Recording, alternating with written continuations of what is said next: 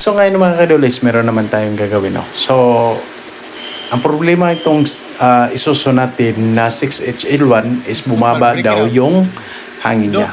So syempre mga kadol, kailangan natin ng troubleshooting to. Kasi mga kadol, napakahirap talaga kapag yung hangin talaga ang bumigay sa mga truck natin, no? So napaka-importante talaga, no, na kahit konting leaking mga kadol, kailangan natin yan i-fix. Siyempre mga kadol, tingnan natin yung mga hose niya. Unahin natin yung football. Kasi mga kadol, karamihan dito talaga sa football. So, wala dito sa football mga kadol, no? At saka mga kadol, yung mga line niya ng mga hose, no? O di kaya, yung mga pipes niya, no? Yung mga tube niya. So, hanapin niya natin mga kadol, no? Kasi napakahirap mga kadol kung medyo bumaba talaga yung hangin mo sa gauge mo. So, importante talaga yan mga kadol. So, tingnan natin din dito sa linya ng serbato. Yan. So, wala dito leaking. Kasi mga kadol, mahina siya na leaking, no?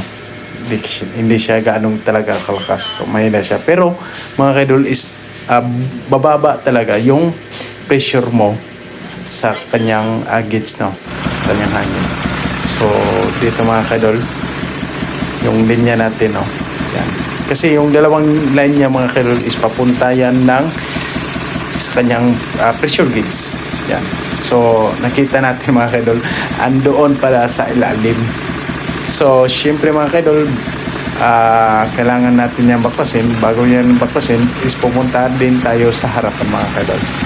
Kasi hindi natin yan madukot dyan, no? Kasi napaka pitsedo, no? Pigado.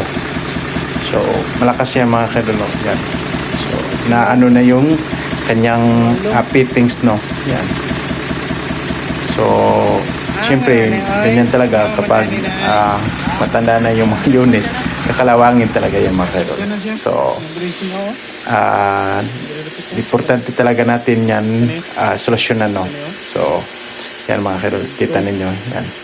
So, nasira talaga yung fitting na. Mahirap talaga yung nut niya mga kadol, no? Nakakadugtong sa kanyang elbow, no? Yan. So, baklasin natin yan mga kadol, no? At saka mga kadol, papalitan natin yan. So, pupunta tayo sa harapan mga kadol kasi hindi natin yan madukot yan, no? Kung ganyan yung itsura niya. Dudukutin natin yan, pero mga kadol is baklasin natin yung sa front na side niya.